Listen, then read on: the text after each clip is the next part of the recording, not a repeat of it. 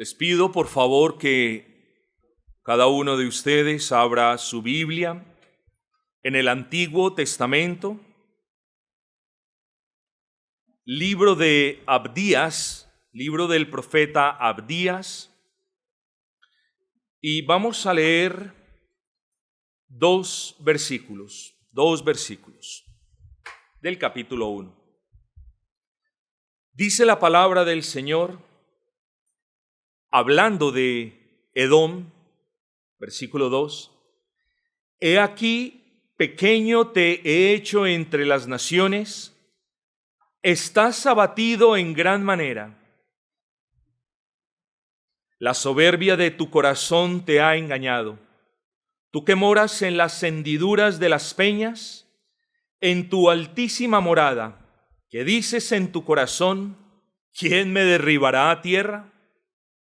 Bueno, mis amados, y con el favor de nuestro buen y gran Señor, hoy vamos a meditar en estos versículos.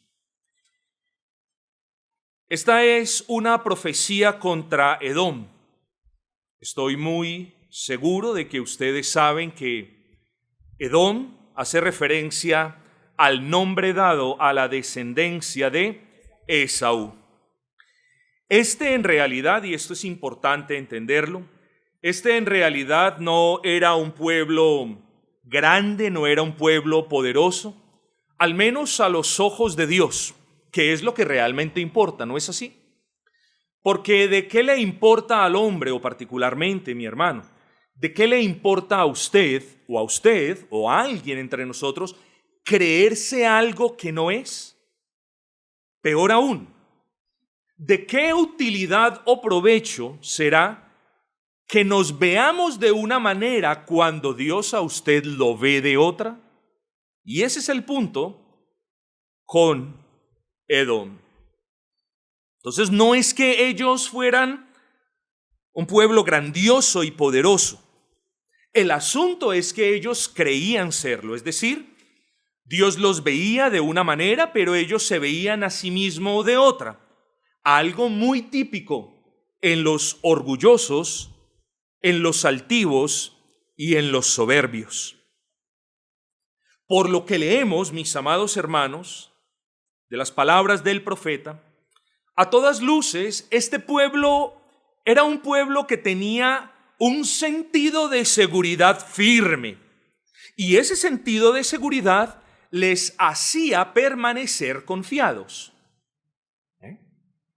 Yo les voy a explicar un poco por qué.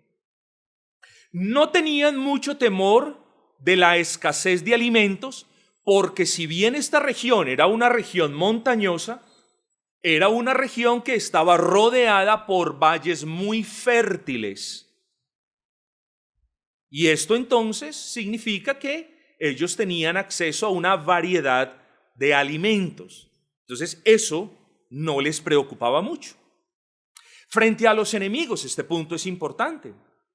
Noten ustedes que el profeta, inspirado por el Señor, les dice, ustedes viven en las hendiduras de las rocas. Oigan, es cierto. De repente, quien entre ustedes desee mirar un poquito más Edom en un diccionario bíblico, se van a poder dar cuenta de que sí, ciertamente la mayoría de este pueblo vivía en las alturas, vivía en las hendiduras de unas rocas altísimas que todavía permanecen hasta el día de hoy. Digo, no vive nadie allá, pero ahí está para testimonio de las Sagradas Escrituras. Entonces, ¿qué sucedía, mis amados? Que ellos en las alturas, militarmente hablando, el que tiene la altura, lleva las de ganar. Pero no solamente estaban en las alturas, sino que estaban en las rocas, en las hendiduras de las rocas, en las alturas, lo cual hacía literalmente, casi que imposible que los enemigos llegaran hasta allá y mucho menos vencieran. Casi 300 y punta de años antes de nuestro Señor, hubo un personaje llamado Demetrio el Sitiador, muy conocido. Demetrio el Sitiador o Demetrio el Merodeador. Y este hombre con 8,000 infantes, con 8,000 tropas, se fue para sitiar, que era lo que él sabía hacer, se fue para sitiar este lugar. ¿Y sabe cuál fue su testimonio? Lo cito: los que estaban dentro obtuvieron una victoria fácil desde su imponente altura, donde unos cientos de hombres defendieron la entrada de la ciudad contra un gran ejército.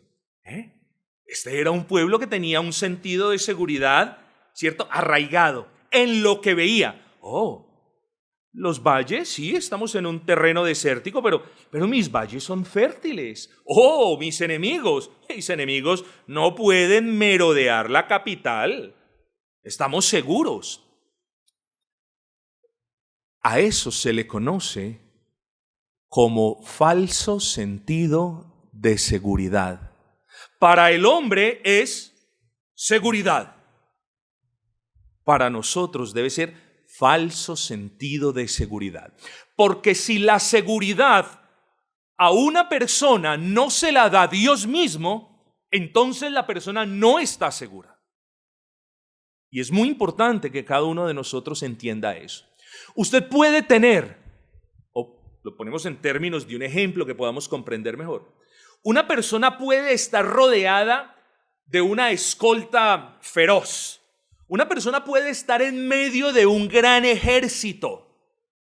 Y si realmente Dios ha determinado que ese día sea el día de su muerte, ese día será el día de su muerte muy por encima de las escoltas, de la protección o del ejército que lo rodee. La única seguridad en la que se puede confiar y confiar plenamente es la seguridad de Dios y de lo que Él ha hablado en su palabra es cierto.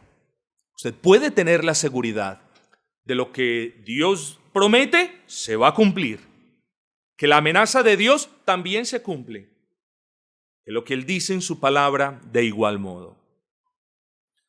Así que, dado el anterior contexto, podemos entender que este pueblo creía que sus enemigos jamás los iban a alcanzar, ¿cierto?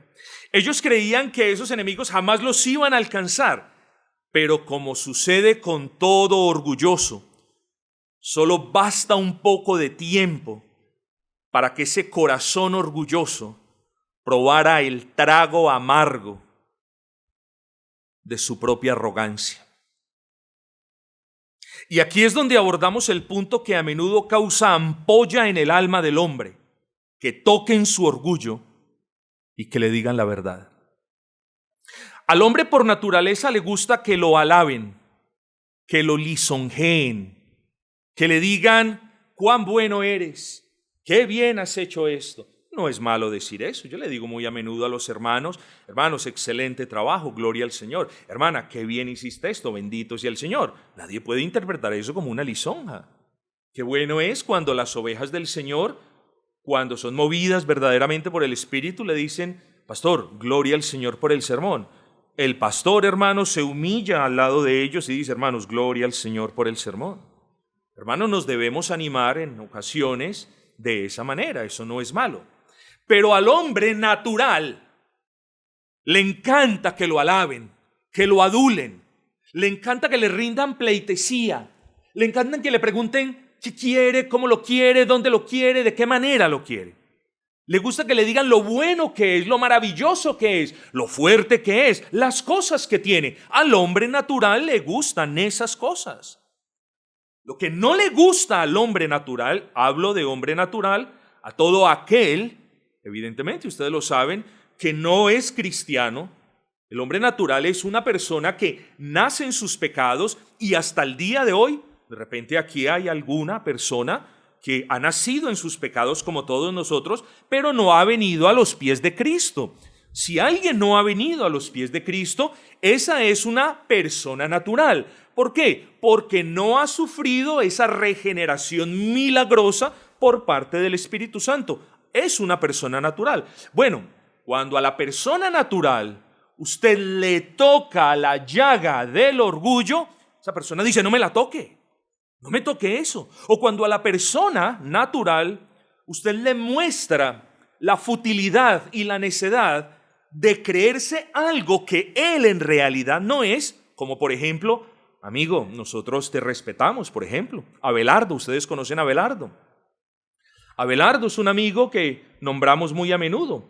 Abelardo viene semana tras semana, tras semana, tras semana. Por cierto, para los que no saben, Abelardo es solo un ejemplo. Semana tras semana, tras semana, y Abelardo no sirve al Señor. Abelardo no profesa la fe en el Señor. Abelardo simplemente viene, calienta silla y se va. Abelardo no tiene, su corazón no está inclinado a las cosas de Dios. Abelardo no tiene convicción, pero eso sí, viene, no falta, cada semana. Luego después, otra persona le dice, Abelardo, ¿dónde está tu fe? ¿Cómo? Eso me ofende. Yo soy cristiano. Usted no sabía. Yo vengo aquí cada semana.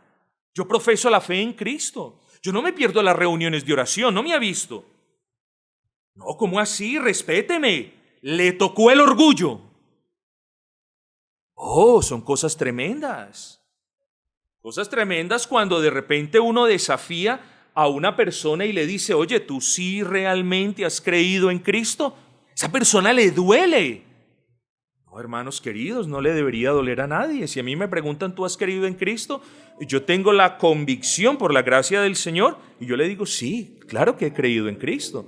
Espero que el testimonio de cada uno de nosotros hable y testifique y valide esa afirmación. Pero cuando el testimonio no está allí, el orgulloso dice, claro que yo lo soy. Entonces, cuando una persona le redarguye, le dice la verdad, oye, perdóname, pero tú no tienes una inclinación por las cosas santas. Oye, pero difícilmente nosotros te vemos haciendo esto. No te congregas con la iglesia entre semana en los estudios bíblicos. Oye, ¿qué pasa aquí? Esa persona se va a sentir tan dolida, y créanme esto, que muchos se van de la iglesia. Se van de la iglesia por mero orgullo, porque alguien cuestionó su fe. No. Reventaron la ampolla de su orgullo. Y es que realmente Dios causa ampolla en el corazón del hombre cuando al que se cree muy sabio en su palabra, Dios le dice ignorante. Claro, el hombre le dice, uy, ¿ven cómo es el punto? Alguien conoce mucho y el hombre le dice, uy, tú sí conoces, wow, tú eres un libro abierto. Oh, eso lo infla al orgulloso. Pero cuando esa persona natural, por muy inteligente que pueda ser, viene a la palabra de Dios, Dios le dice, tú ignoras el reino del Señor. Tú ignoras cómo es la entrada por el camino angosto. Tú ignoras que es por fe, no por lo que hagas. Tú ignoras porque no es por el conocimiento que tú tengas, sino por la sabiduría que tengas, que es el temor al Señor. Tú ignoras eso. O cuando al que se cree muy rico, hombre, nosotros hemos tenido tiempos, temporadas donde han entrado personas muy ricas. Oigan, cosa fea, hombre. Muy ricas que venían después de las ofrendas. Esto es verdad. Aquí algunos todavía nos acordamos de eso. Después de que se recogían las ofrendas, ahí venían puntuales. Pero no para hablar de eso, hermanos. A esas personas, cuando Dios les dice, oye, tú puedes tener mucho, pero eres pobre. A las personas les duele eso. Les ofende eso. Oh, mis amados hermanos. Y cuando al que se cree fuerte le dice débil, tal y como sucedió en el versículo número 2, léalo conmigo, dice, he aquí pequeño te he hecho entre las naciones, estás abatido en gran manera. Hermano, cuando una persona orgullosa, que se cree fuerte, escucha estas palabras, dice, eso no es verdad, no es así. Eso no es verdad. Yo soy fuerte.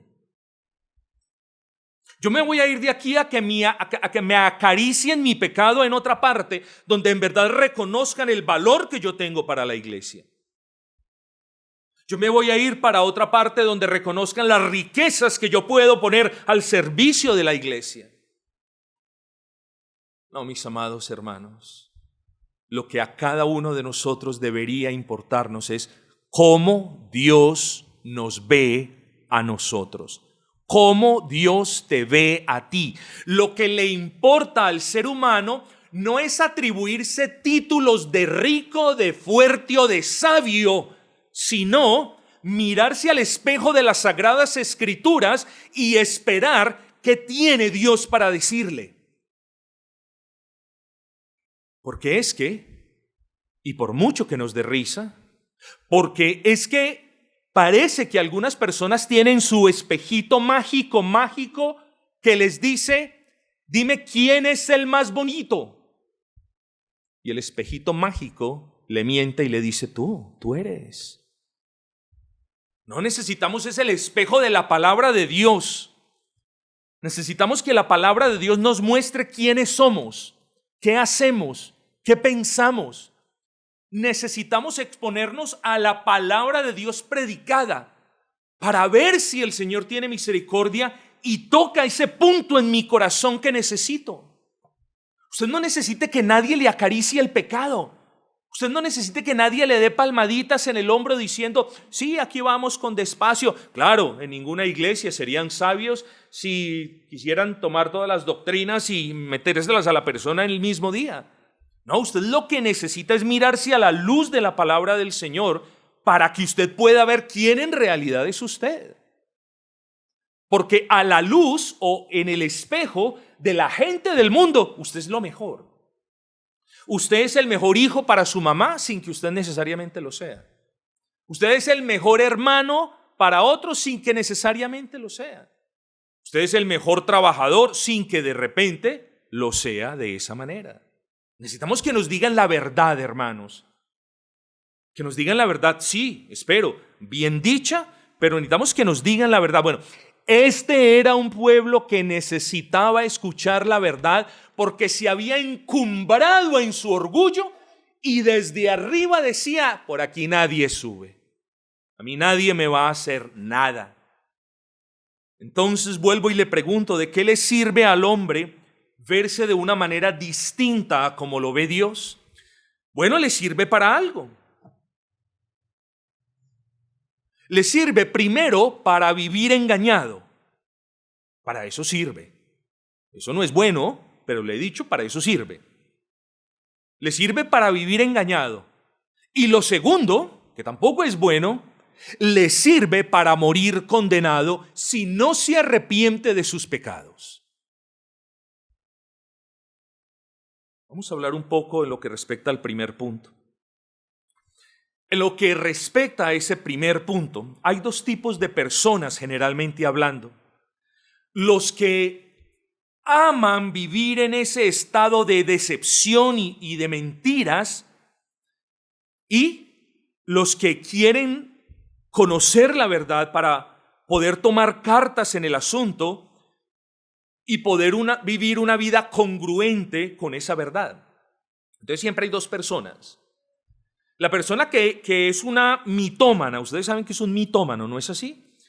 Un mitómano es un mentiroso empedernido, que no solamente eso, ya es un estado mental, que cree sus propias mentiras. Eso es la mitomanía. Es el mentiroso que se cree las mentiras. Entonces, es el que dice, yo soy fuerte, pero sé que soy débil, pero yo me quiero seguir creyendo fuerte. Ese es el mitómano. Y está el otro grupo de personas que en realidad quiere conocer sus debilidades. Hermanos, ¿cuántas veces no les he repetido desde este púlpito que la mayor fortaleza de nosotros los creyentes, ¿cuál es? Es que a la luz de la palabra Dios nos diga nuestras debilidades. Esa es una de las mayores fortalezas que nosotros podemos tener, hermanos. Edom este pueblo del que estamos hablando, a todas luces pertenecía al primer grupo de personas. Ojo con esto. Ellos sabían que lo único que los tenía a salvo de sus enemigos eran las alturas de sus laderas y montañas y la dureza de sus rocas. Pero escogieron, en vez de reconocer humildes y decir, somos vulnerables, ¿no? Decidieron seguir creyéndose invencibles, es decir, siguieron viviendo de acuerdo con una falsa realidad, que eran vulnerables. Pero hay un segundo grupo de personas.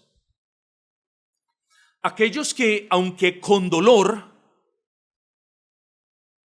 pueden ver la verdad acerca de sí mismos y son movidos por el Señor a descender de las alturas sobre las que ellos mismos se han puesto. Entonces hay unos felices con lo que creen ser, contraria a la opinión de Dios, y hay otros que no están felices de ser quienes son, porque saben que son pecadores, orgullosos, altivos, arrogantes y a la final pobres, necesitados e infelices. El punto, hermanos, es que para ver la verdad acerca de usted, usted debe tener un verdadero interés por enfrentarse con una realidad. Ojo con esto. En ocasiones no queremos enfrentarnos con la realidad de quienes somos. Y créame, cuando uno se enfrenta a la realidad de quien uno es, aún como creyente, eso puede sacarnos lágrimas, hermanos. Nos vamos a entristecer en demasía. Vamos a sentir que de repente hemos defraudado al Señor por mucho tiempo. La ganancia radica en que el Señor nos va a conceder la gracia para jamás volver a ser quienes otrora fuimos. Y eso es lo que importa, hermanos. No las lágrimas al ver nuestra fealdad espiritual o una forma de ser desagradable o cualquier manía que como creyente tengamos. Esas cosas nos van a avergonzar. Al verdadero creyente verse al espejo de la palabra le puede avergonzar. Pero el verdadero creyente, con sus lágrimas que brotan de un corazón humillado, decepcionado, triste, el verdadero creyente le va a pedir a su Dios la gracia necesaria para no volverse a ver así. Y el Señor hace esa obra.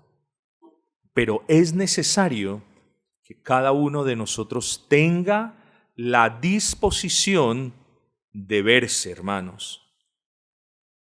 Si usted no se quiere ver al espejo, entonces lo que yo asumo es que usted quiere seguir creyendo de usted lo que usted piensa de usted mismo. Y como ya lo vimos, esa es una falsa opinión. No necesariamente, pero por lo general es una falsa opinión, porque lo que nos debe importar es cómo Dios nos ve a nosotros. Entonces necesitamos enfrentarnos a la realidad de lo que vemos. Pero, necesitamos, es verdad, la palabra me ha hablado. Yo siempre me he creído mucho. Siempre he sido una persona orgullosa, altiva, arrogante. Muy bien, yo voy a bajar de la cumbre donde yo mismo me he puesto. Es lo primero que debemos hacer. Yo voy a bajar de esta altura superficial de donde yo mismo me he puesto. Yo me voy a postrar delante de Dios, pero antes de eso, yo tengo que verme y tengo que ver cuáles son mis pecados, porque si yo no veo cuáles son mis pecados, ¿de qué voy a pedir perdón?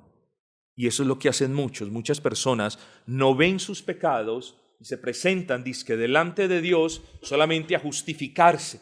Señor, mira, yo pues sí cometo mis pecados, pero y tú conoces mi debilidad, pero bueno, Señor, a la final, amén, no tengo nada de qué pedirte perdón. No, nosotros tenemos que vernos. Luego tenemos que bajar de las cumbres con una actitud sincera, noble, enseñable, para que para que podamos vernos, hermanos. ¿Y cuál es el instrumento? Bueno, tenemos que tener un espejo perfecto. Y ahorita lo decíamos, es la palabra de Dios. Porque a menos que tengamos ese espejo perfecto, nuestras imperfecciones siempre las vamos a ver como cuestiones de ganancia. Bueno, hermanos, si la palabra del Señor le está mostrando a usted que usted de repente debe dejar su orgullo, hágalo, mi hermano.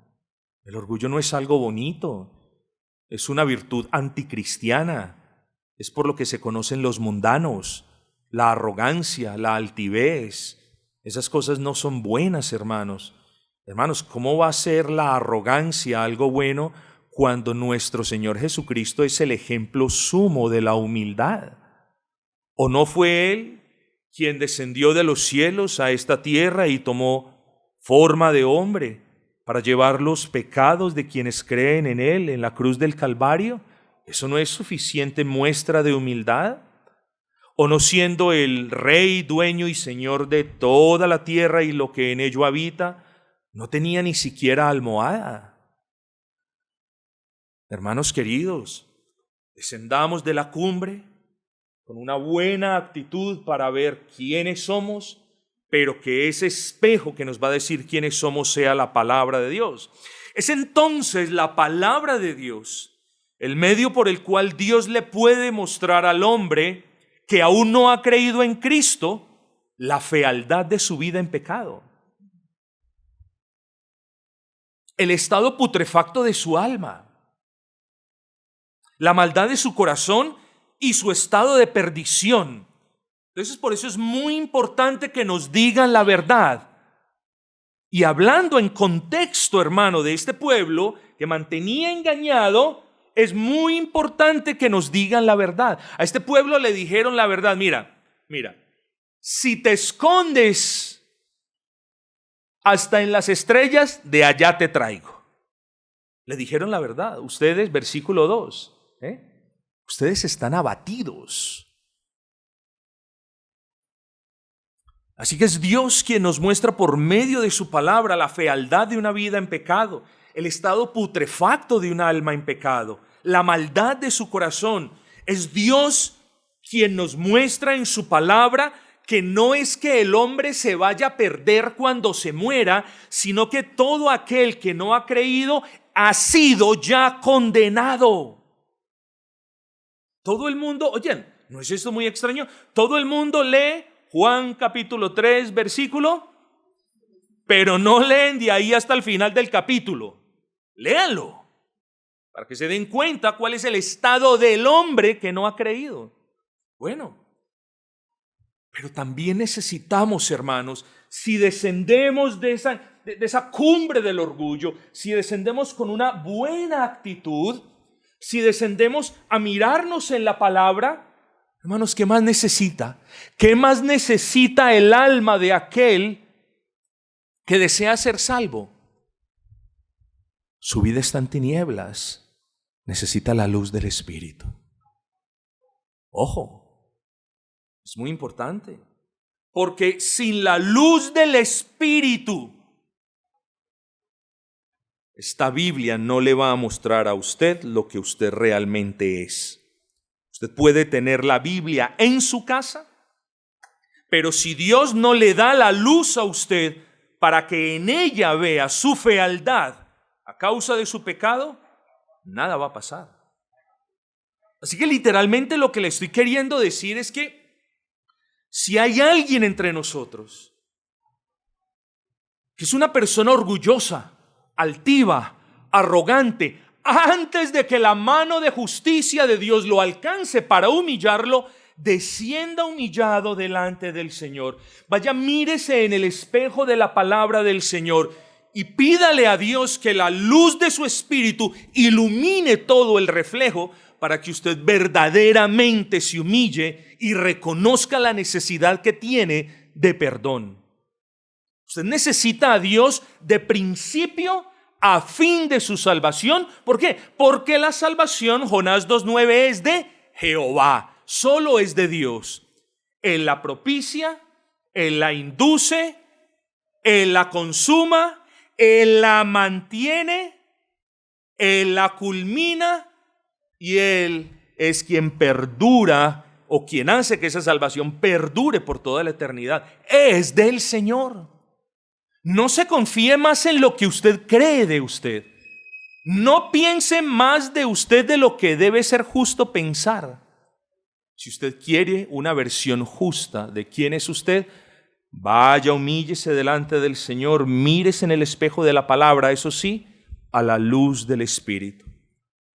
Así que si Dios no mira con ojos de misericordia a alguien que hasta hoy ha vivido como Edom, creyéndose bueno, próspero, imbatible, exitoso y suficiente, si alguien no cuenta con esa gracia para que sea despertado de su mentira, bueno, ese alguien va a seguir viviendo como vivió Edom, que fue a la postre destruido.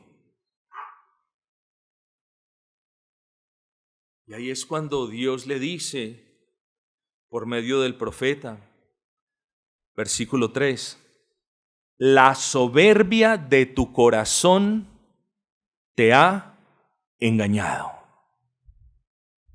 La soberbia de tu corazón te ha engañado. Particularmente, mis amados, quiero dirigirme a quienes, estando sin Cristo, creen que son buenos. Creen que porque Dios no los ha castigado hasta el día de hoy, Dios no los va a castigar. Yo quiero dirigirme al corazón de aquellos que creen que lo merecen todo, menos condenación.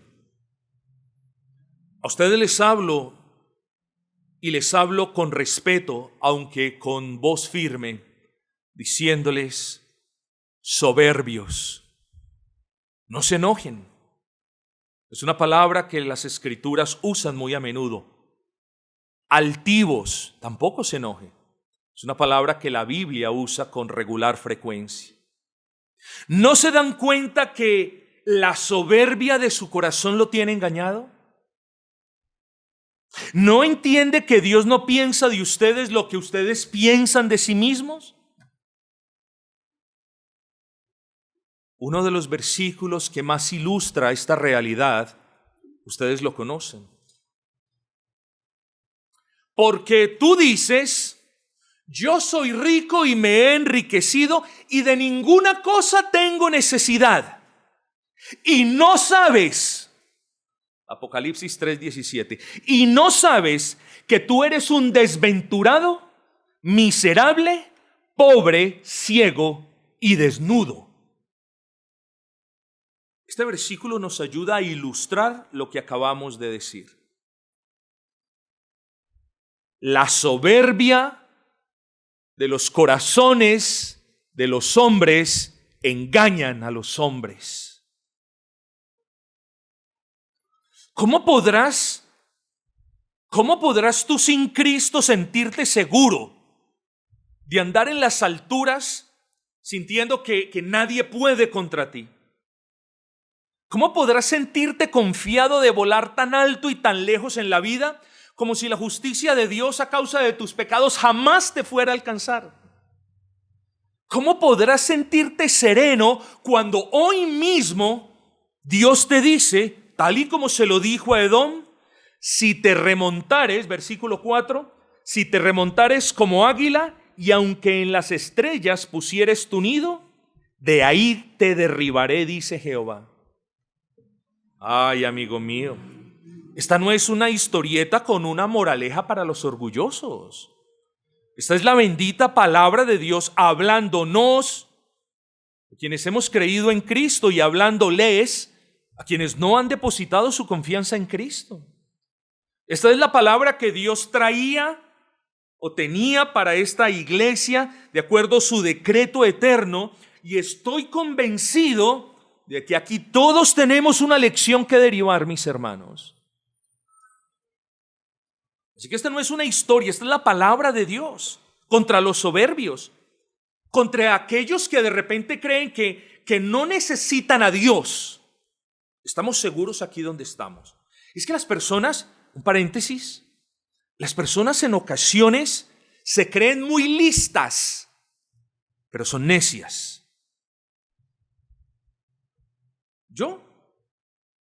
Miren cómo razonan ellas.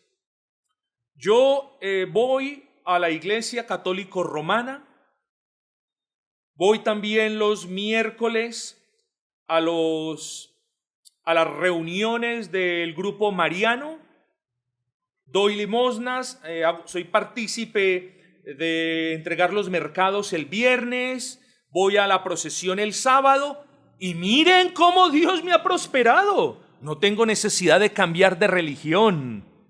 No tengo necesidad. Todo lo que yo estoy haciendo está bien. ¿Usted me cree? Si yo no estuviera haciendo las cosas bien delante de Dios, ¿usted cree que Dios me daría esto y aquello? Mire, piense. Así razonan las personas. Ay, mis amados hermanos, cuán frágil es la esperanza del orgulloso. Cuán frágil es la esperanza de aquel que piensa que no necesita realmente a Cristo. Hablan de Dios, dicen amar a Dios, pero cuando les mencionas a Cristo, ya pones una piedra en su zapato, ya eso no les gusta, porque más les gusta María, José y cualquier otra cantidad de personas que Cristo y solo Cristo. Porque la suficiencia de Cristo para ellos no es suficiencia. Tienen que tener el atrio lleno de ángeles, de imágenes y de santos, porque ni siquiera si los tuvieran todos serían suficientes. Pero hay otra cosa, que no solamente orgulloso es aquel que no cree necesitar a Cristo, sino que cree que de repente lo necesita, pero no tanto como otros. Ojo con eso, también es importante. Tú le hablas a una persona orgullosa de Cristo, sí, yo sí lo necesito. Lastimosamente ellos dicen necesitar a Cristo, pero no van a soltar a sus ídolos. De nuevo, por lo tanto, si no es solo necesito a Cristo, eso muestra orgullo y es un reflejo de su condenación. Porque no es Cristo y, llámese, póngale el nombre que quiera, es solo Cristo. Y cuando una persona no reconoce que solamente por medio de Cristo puede haber reconciliación para con Dios y vida eterna, hombre, el corazón orgulloso lo tiene engañado. Oh amigo orgulloso, bájese del frágil y endeble andamiaje de su orgullo. Es más, yo le digo, bájese antes de que Dios lo baje para siempre, porque hoy tiene oportunidad. Pero si Dios lo baja, ya no va a tener oportunidad. ¿Arrepentirse de qué? Alguno podrá preguntar. ¿Arrepentirse de qué? Usted ha violado la ley de Dios. Ha vivido sin adorar a Dios. Ha vivido sin servir a Dios. Usted ha vivido amando lo que Dios aborrece y aborrece lo que Dios ama. ¿Arrepentirme de qué? Hombre, vuelvo e insisto, porque quiero hablar un poco de la ley de Dios. Usted es un violador. Uy, no, me voy de aquí, nunca más vuelvo. No vuelva. Pero el pecador sin Cristo es un violador de la ley del Señor, hermanos. Eso aquí las personas deberían ser un poquito más precisas al hablar. Violador de. Bueno, este es un violador de la ley de Dios. Y no debe encontrar mucho consuelo en decir, pero yo no soy como Garavito que es violador de. No importa, usted es el mismo tipo de violador. Usted ha violado toda la ley de Dios. Es el resumen de toda la ley de Dios. Hablar de la ley moral de Dios es hablar de los 10 mandamientos y es hablar del resumen del carácter moral del Dios que es Señor, Salvador y Creador.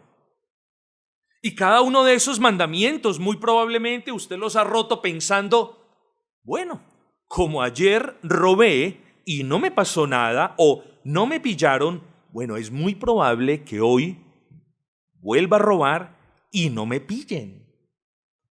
Como ayer vi eso inapropiado y nadie me vio, bueno, hoy voy a meterme en la misma parte a ver esas cosas inapropiadas y allá nadie me va a ver. ¿Qué manera más tonta de razonar, sabiendo de que hay un Dios en los cielos que puso esa ley natural en su corazón? Es que usted no tiene necesidad de venir a una iglesia para saber, estoy violando la ley de Dios. No. Todos los seres humanos, en el momento del nacimiento, en el momento de la concepción, fue impresa en ellos esa ley natural. Las personas saben qué es lo bueno y qué es lo malo. Bueno, y hay muchas cosas más para decir. Pero ojo, cada uno de esos mandamientos, usted de repente los ha roto. Si así ha pensado, usted se parece a los habitantes de Edom, más de lo que se imagina, quienes apartados de Dios decían, me remontaré como águila entre las estrellas para poner allí mi nido. Pero a quienes Dios les mandó a decir por medio del profeta, aunque pienses así, de allí te derribaré. Y es que desde el pecado de la idolatría hasta el pecado de la codicia, pasando por el pecado de la fornicación, el orgulloso, aquel que no ha venido a Cristo, los ha practicado todos y cada uno de ellos sin excepción. Bueno, pero yo no los he practicado tanto como mi vecino de la esquina, que ese sí es malo. Hombre, pero ¿quién le dijo a usted que la cuantía o la frecuencia en la que usted viole la ley del Señor le va a hacer acreedor a un castigo diferente al que Dios estipuló en su palabra? ¿Qué mentira a usted le han dicho que si no es tan malo como el violador Garabito, pues usted no merece el infierno que él sí merece? Lo engañaron. Versículo 3, la soberbia de tu corazón te ha engañado. Mucho cuidado porque no importa en qué número usted ha pecado, cuál ha sido su frecuencia, no importa los pecados que usted ha practicado, el punto es que los ha practicado, los ha amado y eso le hace acreedor al justo juicio de Dios. No se lo estoy diciendo yo, se lo dice la palabra. Hablo del justo juicio de aquel cuyo brazo alcanzará en la altura de los soberbios a los soberbios y los derribará. De repente entonces algún soberbio, claro, lo digo con respeto, no pensando en ninguno de ustedes. Esto es lo maravilloso de la palabra. El predicador trae la palabra y ya el Espíritu lo redarguye a uno. Así que si el Señor le está diciendo, por allí tienes orgullo, desciende y mírate en el espejo a la luz del Espíritu y pide perdón. Pero si aún no has venido a Cristo, déjame decirte, eres un orgulloso. Y te voy a explicar por qué. Muchas cosas podría decirte, pero te digo algunas. Si usted niega el señorío de Cristo en su vida, es decir, si usted no ha entregado su vida a Cristo, ¿usted por qué no le ha entregado su vida a Cristo? La persona que no ha entregado su vida a Cristo es porque está viviendo una vida sin Cristo, donde Él mismo es Rey y Señor. Luego, mi vida es mía. A mí nadie me va a decir cómo vivirla. Yo soy el que tomo mis decisiones. Eso es orgullo. Si usted no le ha entregado, no le ha rendido su vida a Cristo, usted es un soberbio. Si usted ha quebrantado la santa ley de Dios, viviendo de acuerdo con una falsa ley de su propia justicia, es decir, viviendo de acuerdo con la ley de la autojusticia que dice, entre menos maldad hagas, mejor. Mira las falacias. Entre más obras de caridad hagas, ahí comienza la ganancia del cielo. No, pero ¿quién te ha dicho eso? Vuelvo y repito, la soberbia de tu corazón te ha engañado. De repente usted es un orgulloso y le voy a decir la tercera razón. Porque se ha vuelto especialista en construir estratos morales, lo que decíamos ahora. Yo no he caído tan bajo como ese. O yo no soy tan perverso como ese. O yo no soy tan chismoso como esa señora. No, usted es un soberbio. Si usted es uno de aquellos que desafía la autoridad de Dios sobre su vida, usted es un soberbio. Así que, y ojo con esto, porque este no es mi deseo, esta es su decisión. Si su deseo es seguir siendo el soberbio que hasta hoy es, adelante. Remóntese a las alturas, siga creyendo que el juicio de Dios no lo va a alcanzar, siga pensando que sus buenas obras le darán seguridad eterna, siga pensando y consolándose en que por ser menos malo que el diablo, usted va a ser recibido en los cielos con toda pompa, y siga engañado. Si eso es lo que quiere hacer, y repito, no es mi deseo, es su decisión, hágalo. La pregunta es, ¿por qué el hombre quiere la muerte? ¿Por qué el hombre quiere ser castigado? ¿Por qué el hombre, teniendo un Salvador, el único Salvador, lo desprecia? ¿Por qué el hombre prefiere darle la espalda a Dios y abrazar el mundo? Cuando usted se muera, el mundo le va a dar la espalda a usted, pero Dios también. ¿Por qué el hombre quiere lo malo para su alma? Bueno, porque está engañado. Tenga cuidado con esa soberbia escondida, que siempre quiere hacer las cosas a su manera, a menudo preguntándose, bueno, yo estoy interesado en lo que este hombre dijo, pero no debe ser así de fuerte. ¿Es este evangelio el único camino para mi reconciliación con Dios? ¿O aparte de Cristo hay más caminos? Porque yo ciertamente he escuchado que todos los caminos conducen al cielo.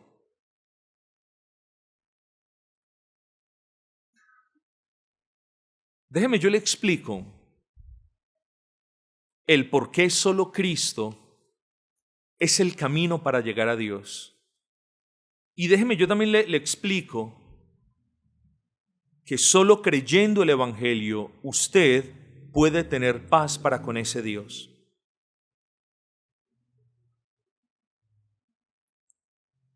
Primero, amigo orgulloso, no se crea bueno,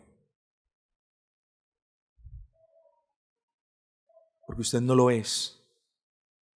No hay bueno ni uno solo, dice la palabra del Señor. No se crea justo, porque no hay justo ni uno solo, salvo el Señor Jesucristo. No crea que usted ha hecho muchas cosas por ganarse el cielo.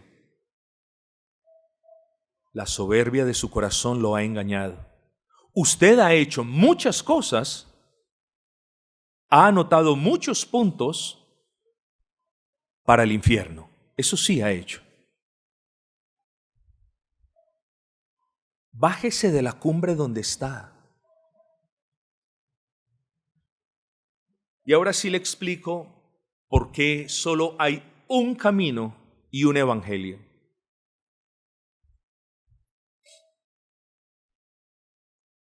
Primero, Dios deja claro en su palabra que Dios aborrece al orgulloso, aborrece al altivo. Así que no crea que Dios lo ama a usted. No crea que usted está en paz con Dios. Usted puede estar en paz con el mundo, pero usted en paz con Dios no está. Entienda las palabras. Dios aborrece al altivo y lo mira de lejos. Esto lo debería preocupar, al menos si usted está interesado por el estado de su alma. Dios aborrece al altivo y lo mira de lejos. Ahora bien, vamos a razonar. ¿Qué implica eso? Eso implica que ningún pecador, que en última instancia no es otra cosa sino un altivo, un orgulloso y un soberbio, ningún pecador puede acercarse a Dios en sus propios méritos. Esto es muy importante que lo entienda. Ninguno. Primero, porque ya dejamos en claro que Dios aborrece al altivo. Y hasta que el altivo no se arrepienta por una obra de Dios mismo, Dios siempre lo va a tener a la distancia. Entonces el altivo no puede venir de la noche a la mañana después, por ejemplo, de haber escuchado un mensaje positivista y dice, bueno, hoy voy a arreglar mis asuntos con Dios. Voy a traer la familia cristiana en la que nací. Esto sí que es un paquete grande. Voy a traer mis promesas de dar mucho dinero para la iglesia. Ya con eso me gané medio cielo. Voy a traer las muchas oraciones que yo hago, porque por la mañana me levanto y doy gracias a Dios y eso tiene que contar. Voy a traer las muchas veces que le he ayudado a la gente humilde y pobre. Eso también tiene que contar. Voy a traer todo eso delante de Dios para ver de qué manera yo puedo ser salvo. No, Señor. No se puede acercar. Porque todas esas cosas que usted ve como tesoro y ganancia, Dios las ve como trapos de inmundicia. Así que no pierda el tiempo acercándose. Al menos no en su propio nombre.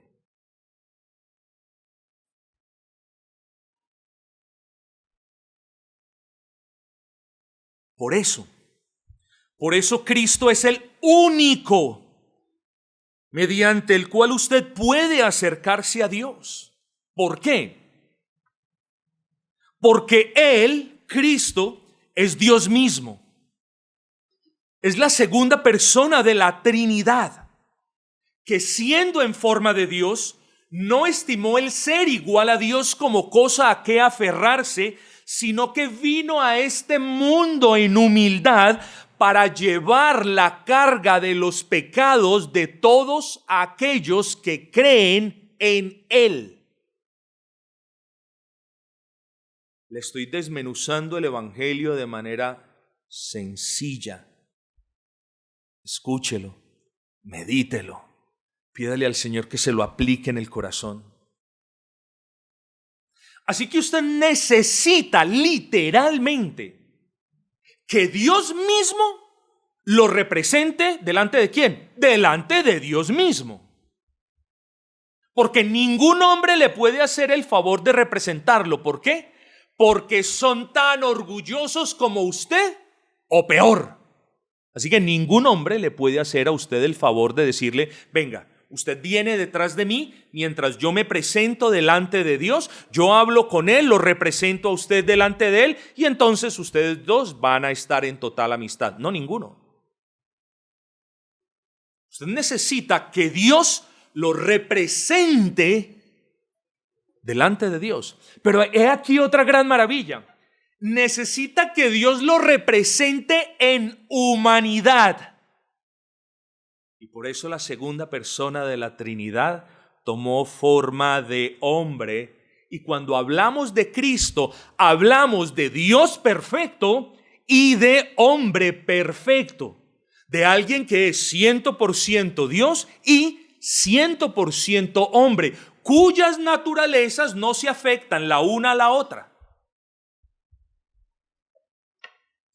Y ese Cristo es el único que lo puede representar delante de un Dios ofendido por su pecado, por su orgullo. Por eso Cristo y solo Cristo.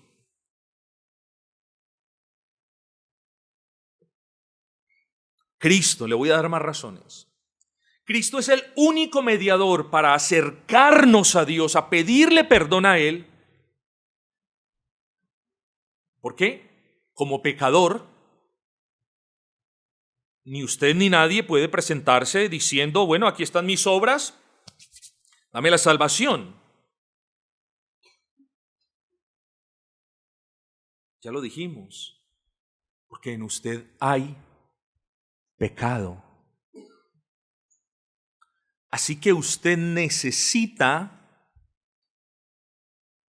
que lo represente, que vaya delante de usted alguien que haya nacido, vivido, crecido sin pecado y que haya muerto sin pecado. Y aquí es donde tenemos que hablar de nuevo de la persona de Cristo. Porque fue engendrado en el vientre de María sin pecado. Porque nació sin pecado. Porque creció sin pecado. ¿Qué quiere decir esto? Que no fue concebido de una manera natural, sino sobrenatural, y por haber sido concebido de una manera sobrenatural, no adquirió el pecado de la raza humana. Por eso, en la bendita y milagrosa concepción de Cristo, lo que se formó allí fue un ser puro, divino y sin mancha. Y cuando nació, y cuando estuvo sujeto a la amonestación de sus padres, y cuando de repente se cayó, cuando estaba aprendiendo una cosa o la otra, nunca pecó. Es decir, siempre obedeció la ley de su Padre Celestial. Y cuando llegó a los 15 años, ni siquiera por su mente pasaban las cosas que nosotros hicimos a esa edad.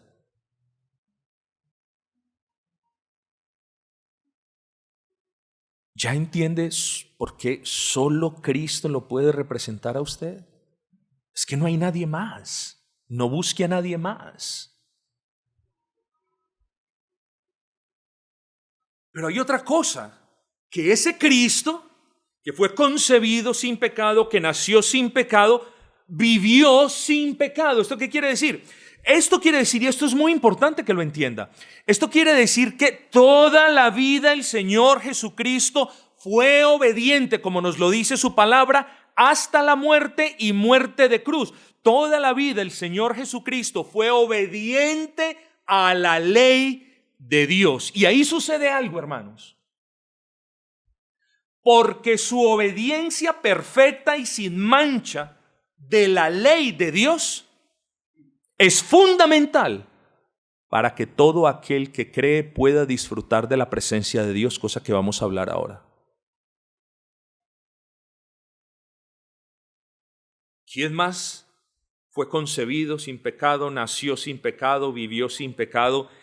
Y oigan esto, y pese a que cargó el pecado de los que creen en Él, no murió por el pecado, sino murió sin pecado. Es decir, no murió por su pecado, sino que murió por el pecado de todos los que ponen su confianza en Él. Y aún así, murió no por su pecado. Ese es el único mediador que a usted le sirve, que usted tanto ha despreciado. El único mediador. Pero le voy a dar más razones. Nadie más, aparte de Cristo, se presenta delante de Dios a favor de los pecadores arrepentidos, esgrimiendo una obediencia perfecta y pidiéndole al mismo Dios que perdone los pecados de esos pecadores que han creído en Él. Y ojo con esto. Y es que Cristo y solo Cristo, por medio de su obediencia pasiva en la cruz, es decir, soportando todo el peso de la ira de Dios, soportando todo el rigor de la ira de Dios sobre Él en un espacio comprimido de 6 horas.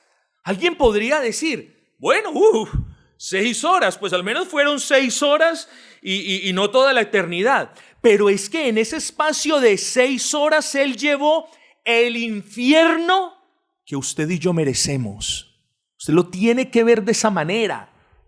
Fue desamparado del Padre por 6 horas. Estuvo solo sufriendo por 6 horas. Y por favor, hermanos, muchos entre ustedes ya habrán escuchado de la segunda parte de la pasión de Cristo.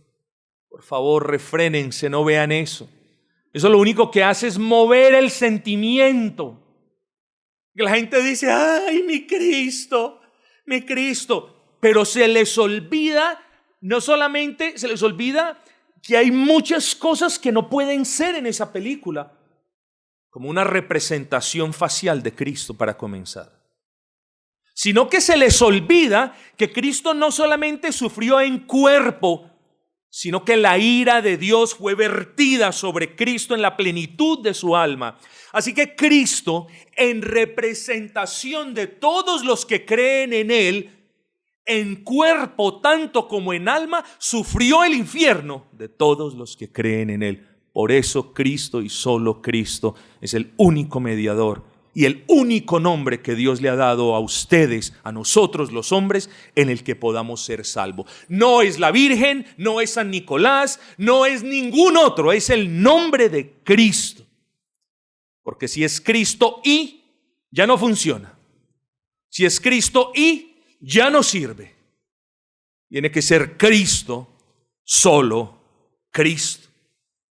Entonces noten, por medio de la obediencia pasiva, es decir, soportando el rigor, el peso de la justicia de Dios, propicia, logra que todos los que hemos creído en Él, que nos hemos postrado delante de Dios y hemos dicho, Señor, yo creo en tu Hijo y creo que tu Hijo llevó mis pecados sobre la cruz del Calvario y creo que tu Hijo murió llevando mis pecados para que yo tenga vida y sea perdonado. En esa obediencia pasiva en la cruz del Calvario, es allí donde podemos reclamar por fe perdón de pecados. Pero tenemos que hablar de la obediencia activa, de lo que hablábamos ahora. Esa obediencia activa es toda una vida de sujeción perfecta a la ley de Dios. Y siendo obediente toda su vida a la ley del Señor, adquirió el derecho, ojo con esto, adquirió el derecho de estar en la presencia de Dios para siempre. Pregunta, ¿Cristo en la encarnación no estaba en la presencia de Dios? ¡Claro que sí! Cristo ocupaba un lugar geográfico aquí en la tierra en la encarnación, pero Él es omnisciente, omnipresente. Él nunca estuvo dándole la espalda a la presencia de Dios. Siempre estuvo, estamos hablando de la Trinidad, esto es teología básica, mis hermanos, ¿cierto? Entonces, ¿hacia dónde los quiero llevar? Ese Cristo a quien le estoy presentando, ese evangelio que es el estandarte de salvación que estoy levantando frente a ustedes, fue aquel que ganó los méritos por su obediencia perfecta que ni usted ni yo jamás soñaremos en tener.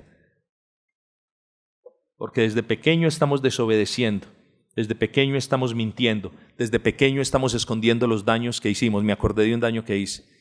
Desde pequeños estamos haciendo todo lo malo delante de Dios. ¿No es así? ¿O ustedes fueron las luminarias de niños? Todos desde pequeño hemos sido malos. Luego ya perdimos de nacimiento, de entrada, ya perdimos todo derecho de estar en la presencia de Dios para siempre. Entonces alguien podría preguntar, ¿cómo pueden los creyentes tener la convicción de que van a estar en la presencia de Dios para siempre, disfrutando de su magnífica presencia?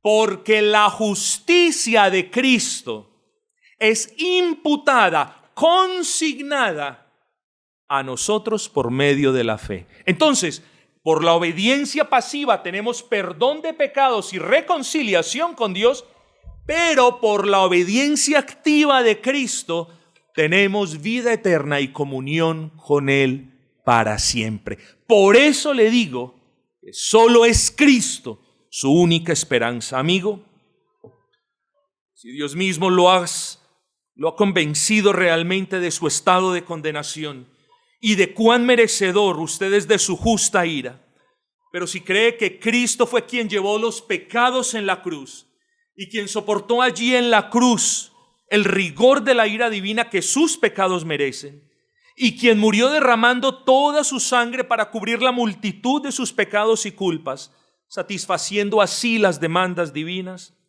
entonces usted será salvo. ¿Cuándo? En el instante en el que lo crea. Pastor, ¿puedo ser salvo hoy? En el instante en el que lo crea. Pastor, mi fe depende de que sea mucha. En el instante en el que usted tenga la fe tan pequeña como una semilla de mostaza, ahí será salvo.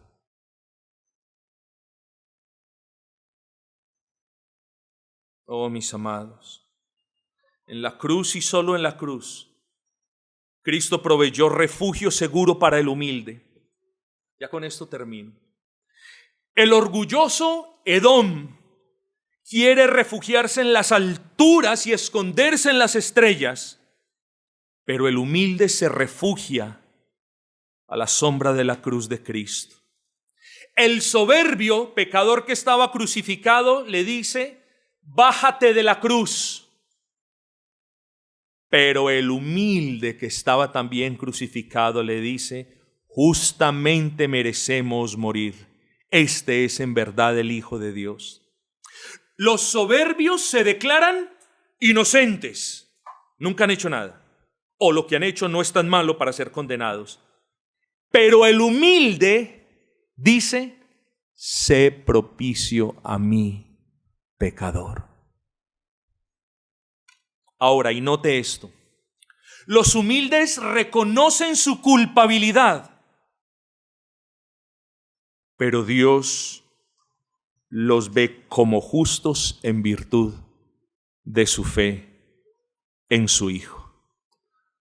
Amigo orgulloso, pecador, desciende de tus alturas antes de que la mano de Cristo te alcance.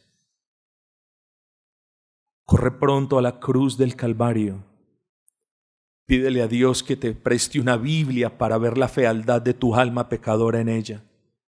Pídele a Dios que te dé luz para ver el reflejo completo de tu estado espiritual. Pídele a Dios que cambie tu corazón, que lo humille hasta el polvo. Es una oración extraña, el mundo no quiere hacer esa oración. Pero bueno es cuando Dios cambia un corazón de piedra en un corazón de carne.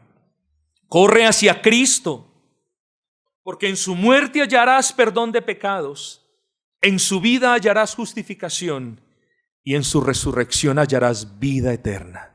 Fuera de Cristo no hay nada para ti, salvo que el justo juicio de Dios te alcance.